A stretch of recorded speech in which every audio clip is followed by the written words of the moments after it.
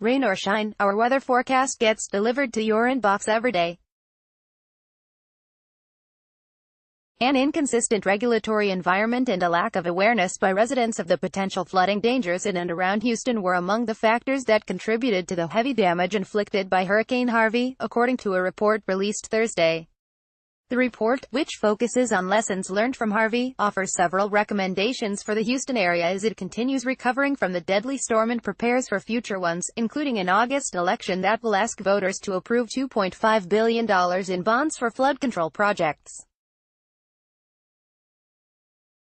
Some of the recommendations include building a culture of awareness around flooding risks, trusting the public with information about potential dangers, and making flood insurance more universally appealing to home and business owners, not acting now to build.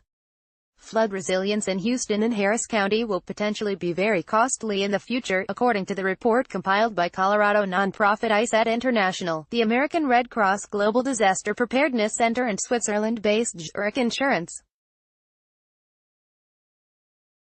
Harvey, which came ashore last August as a Category 4 hurricane, caused an estimated $125 billion in damage in Texas, and flooded thousands of homes in the Houston area.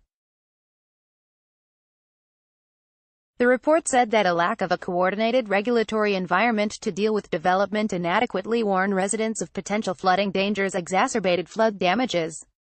The biggest example of this highlighted in the report was the flooding associated with the area's two reservoirs, Addicks and Barker, which has resulted in federal lawsuits in which thousands of homeowners allege they weren't aware of the flooding risks from the two dams.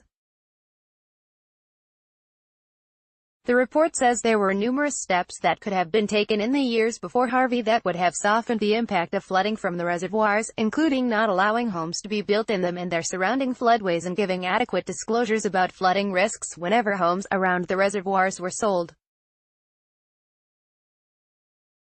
The report also discussed a culture that didn't warn people of the potential danger of flooding. It pointed to such things as not having to disclose a home's prior history of being flooded, to using terms to describe extreme floods like a 100-year event that don't help people understand that catastrophic flooding can happen more regularly. There were so many people who had no idea they were in a flood risk area, said Karen McClune, Chief Operations Officer with ISAT International, which has done similar reports after other natural disasters around the world. Scott Olson, Getty Images. The report also said the Houston area can't only rely on infrastructure and engineering solutions to deal with flooding risk. Solutions should be broader than widening bayous and building more reservoirs, but also have to include leaving more open spaces and restoring wetlands, according to the report.